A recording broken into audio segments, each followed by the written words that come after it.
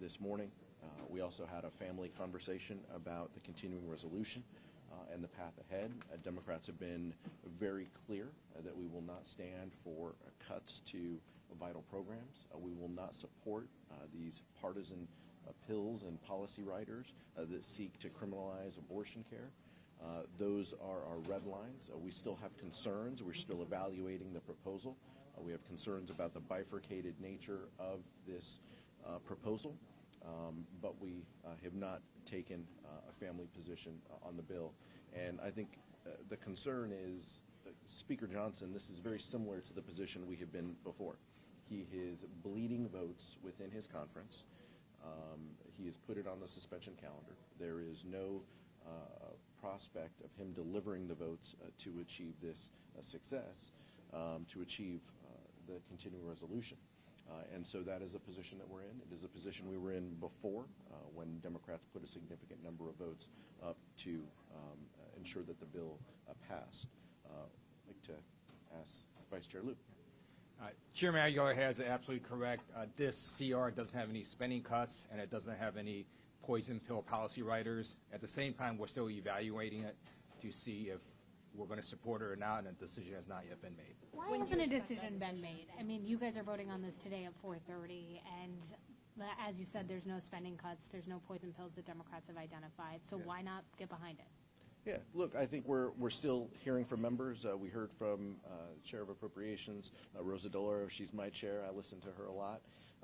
And there are concerns about the path forward and what the next 60 days would look like on the legislative calendar, specifically within the appropriations process. And so, we do want to see what the path forward is on the full complement of those bills. I think it's fair that we're still having conversations with members.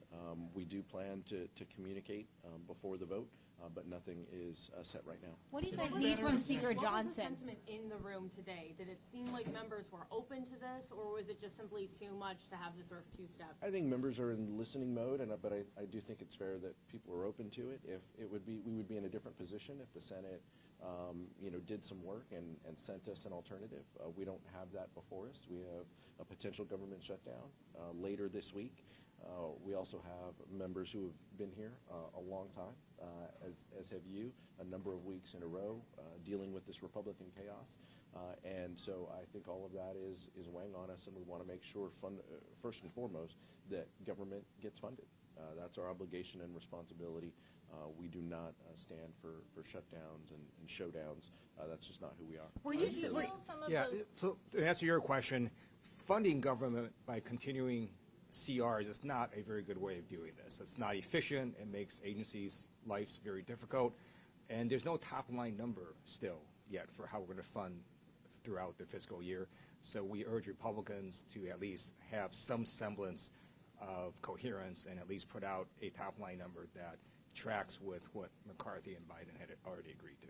Are you asking for some kind of promise from Speaker Johnson on providing a top-line number before you guys say yes, you're going to support this short-term bill? Look, right now we're just evaluating everything. I'm not having those discussions, but I think it's fair to say that our caucus still has questions about what that path ahead is. They're marking up bills simultaneously from this continuing resolution. They're pulling bills off of the House floor, and they're marking up bills that have dramatic cuts to programs that we care about. The labor health bill on the floor today, as well as the Commerce, Justice, Science, where they seek to cut hundreds of millions of dollars from the FBI and law enforcement budgets. These are real cuts that affect our communities, and so it's tough to square the continuing resolution with their desire to make continued cuts to programs. Were you surprised that Speaker Johnson, in this first effort to fund the government, in his first effort to fund the government, is leaning so heavily on Democrats? Does that surprise you, given how partisan his Israel bill was? We were taken aback at how his first partisan bill that he put forward could have been a 400-vote success in delivering aid to Israel. He chose not to do that and to make it incredibly partisan.